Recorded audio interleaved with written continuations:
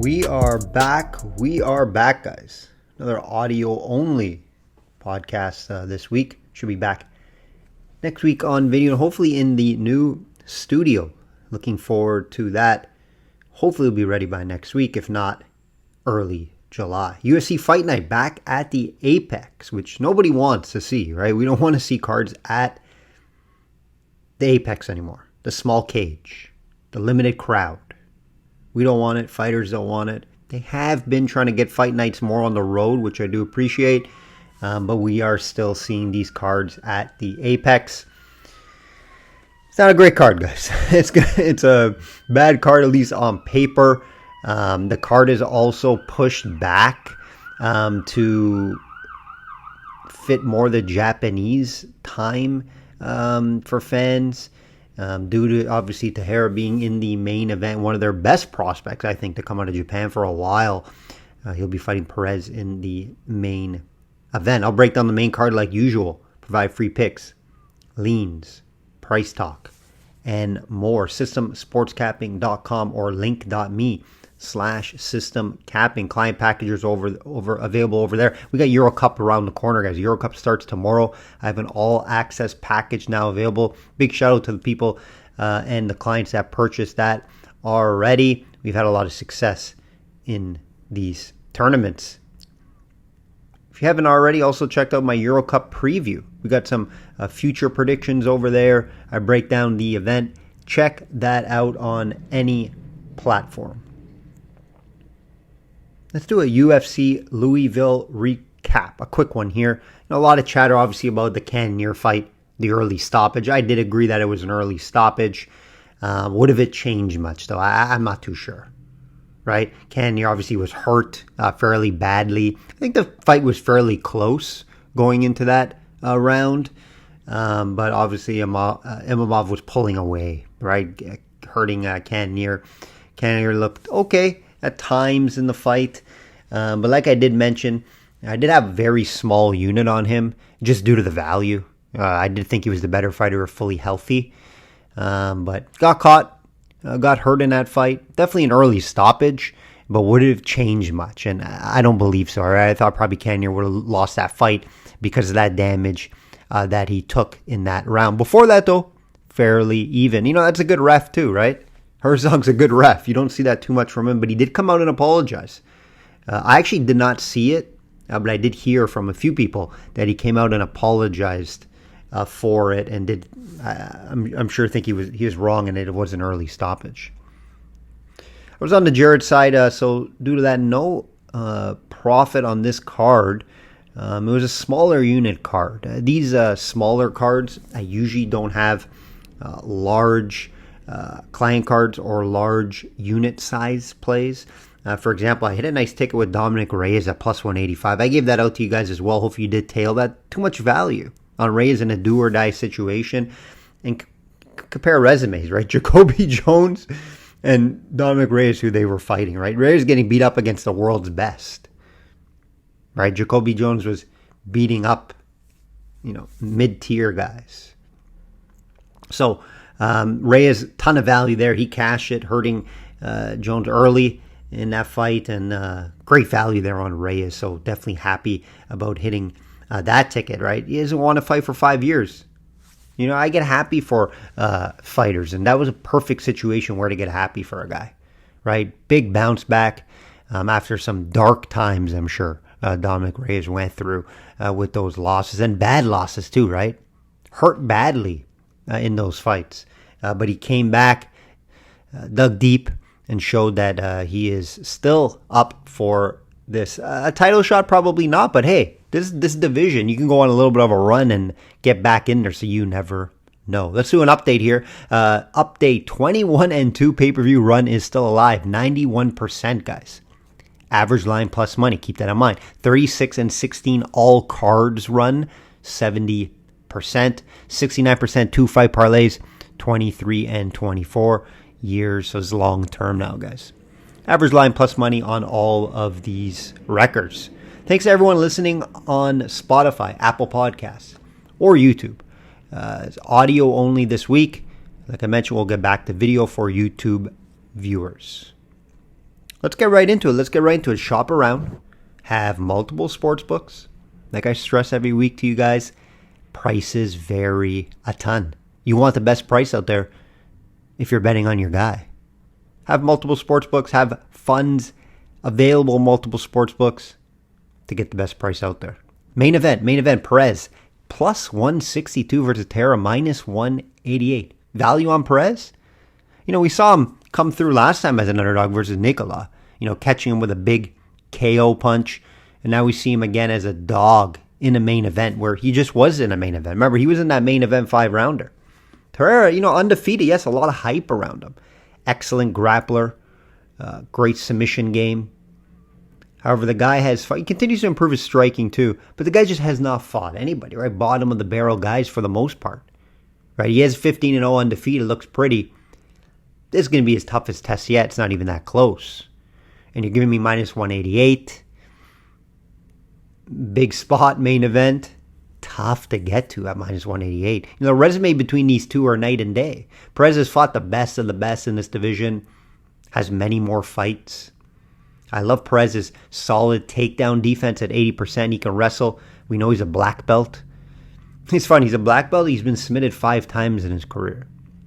A little strange, right? A little strange. It's not like he's fighting. Obviously these were high-level guys that he's getting submitted by, but still, 5 times submitted black belt does not ring well. So that's a little concerning there when you're fighting Tejera, who's high-level grappler with 7 submission wins out of his 15. Right? So keep that in mind here. The question is with Tejera, right? Will he be able to get the fight down to the ground? His wrestling is not great. He's not a high-level wrestler, right? 41% takedown accuracy. A little concerning there. Perez, very good takedown defense. So you're backing on, because on the feet, I think Perez is the better striker on the feet. Tejera has been improving his striking, but I do think I give the edge slightly to Perez in the striking department. This is also the first 5-round fight for Tejera. Keep that in mind. Now, in his Japanese days, can't recall if he's fought 5 rounds before, but either way, biggest spot for him in Vegas. 5-round fight. A lot to ask for. Now, he could be the real deal, right? He could just blow by Perez and possibly, find a quick submission, maybe hurt him on the feet as possible. But I haven't seen it yet against a guy at this level, right? I've seen Tejera look good in some fights in the UFC, just against no one high level. So I can't lay minus 188 due to that. Right? But like I said, he could be the next big thing, right? Japanese, they're catering so much to him, guys. This card starts at 7. That's early prelims. This fight is going to be on at 1 a.m., maybe later, depending on how fights go, right? If they're decisions, they take longer, etc. So this is a late card, and who does that benefit, right? Fighting this late. Maybe the Japanese fighter. All right, not everyone is fighting usually at 1, 2. Now, let's keep in mind, Perez just fought a main event, so but it was different. It was like at 10 p.m. So, that does factor in when you're fighting late in the morning, right? You got to switch up your sleep schedule, and who does that affect more?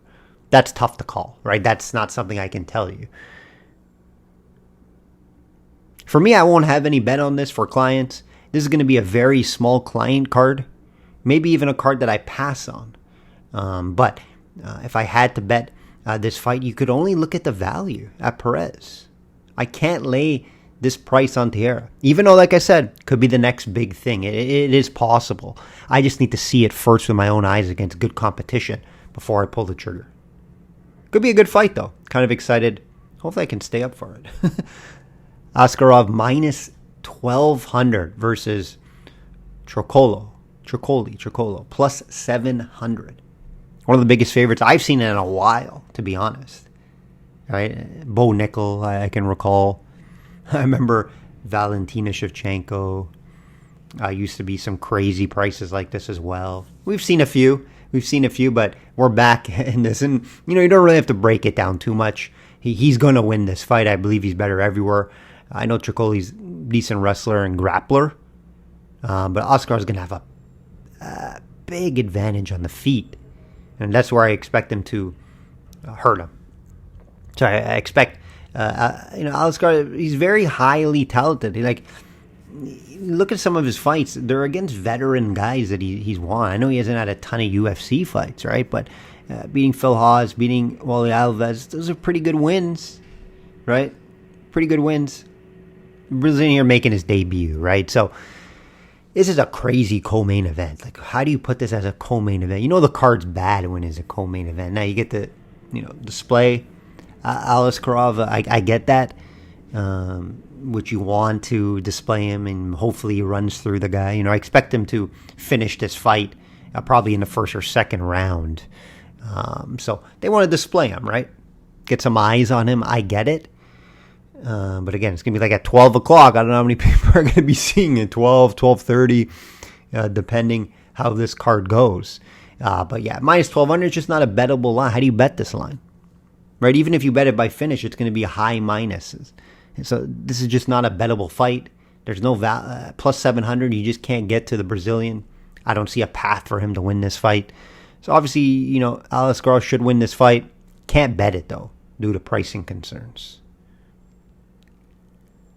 Cuamba minus 200 versus Almeida plus 170. When I first saw this line, I was a little confused. Am I missing something with Cuamba? I know he's a young, scrappy guy. Almeida, not super high on the guy, but he has fought a lot better, right? A lot better guys in his career. And obviously a random fight here. Could be a good fight. Almeida, he has the experience advantage, resume, striking volume. Cuamba has very low striking numbers via volume. And where I think the issue could be here is, Almeida's takedown defense. Very poor at 40%. Cuamba could use some. I'm not saying he's a big-time wrestler, but he could use. I watched some tape on him. He has used some wrestling in the past. He does fight out of Vegas as well. Continues to get better. Just that low volume scares me, right? Some of his fights, too, I've watched.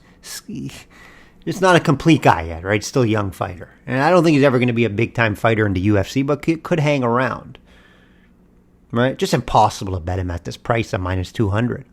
This might be a lot of underdogs on this card, guys. If you want to take shots on underdogs, I definitely have this more, maybe the younger fighter Cuamba favored slightly, minus 125, minus 130, but not minus 200. Unless I'm missing something here, guys, right? Almeida's fought guys like his losses. He has lost back-to-back fights.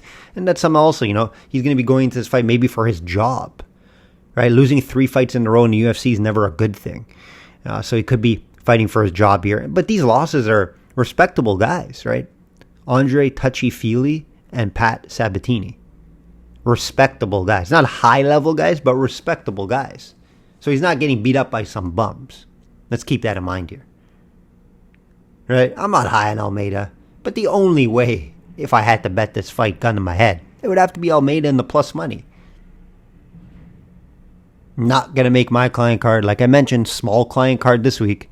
I will not be betting too much. If I do, maybe smaller units on some of these underdogs that could cash, where I have more value on them. I have this more as a closer fight than the books are indicating. So that's the only way I can look. If I had to bet to this fight, it would be the value on Almeida. Andrade plus 100 versus Miles John minus 125. This is probably the toughest one to predict here on this card.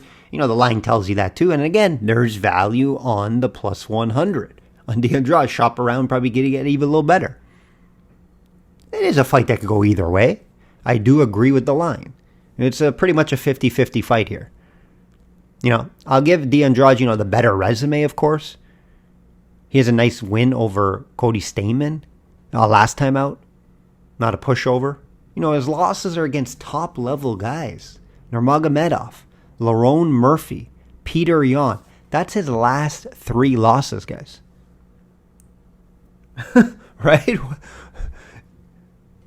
Compare those to the names that Miles John are fighting. It's just night and day difference.